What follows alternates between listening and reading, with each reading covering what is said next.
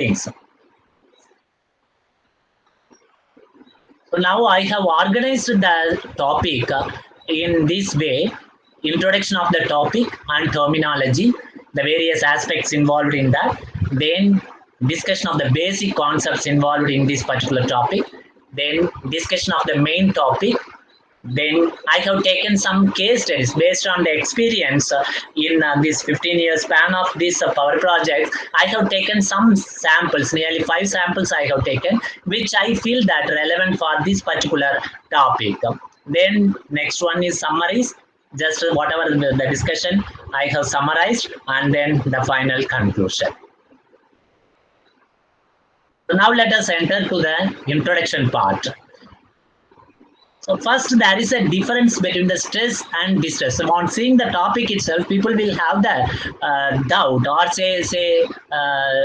thinking, what is the difference between the stress and distress? So there is a hairline difference between the stress and distress. So now the common word is stress. So even from the very young people, like a kid, some 5 or 6 year old to the 90-year-old people are using this terminology, especially in this COVID situation, being in the home and with lots of pains. They are usually telling that stress, I am stressed. So then what is stress? Then where comes the distress?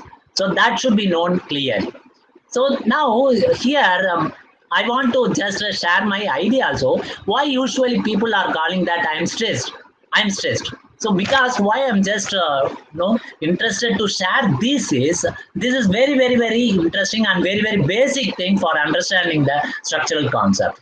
Because usually on my career, I have seen so many people, they are not knowing the basic difference of stress, definition. So when we are asking stress, then immediately they are telling load by area. That's all. So the idea people have is the stress means load by area. So what it is doing, this is lagging there.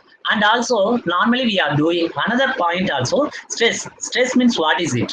So actually, when external action is exerted on anything, maybe like external pressure, homework or household works, whatever, then due to the external action, our body gets some resistance to react to that.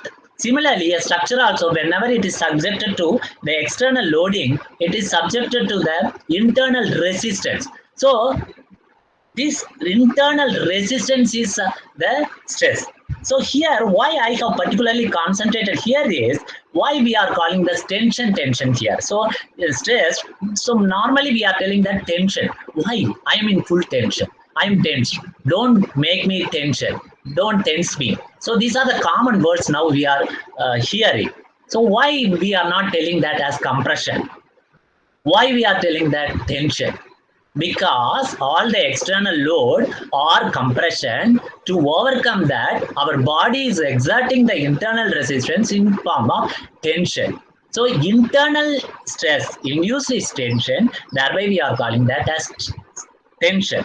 So now this particular thing, what I want to convey is, so now if we are understanding the concept of this difference, external compression means internally tension. So what happens inside the structure? That is important for any designers or any engineer to understand the concept. If we are not understanding the concept, then it goes for the problems.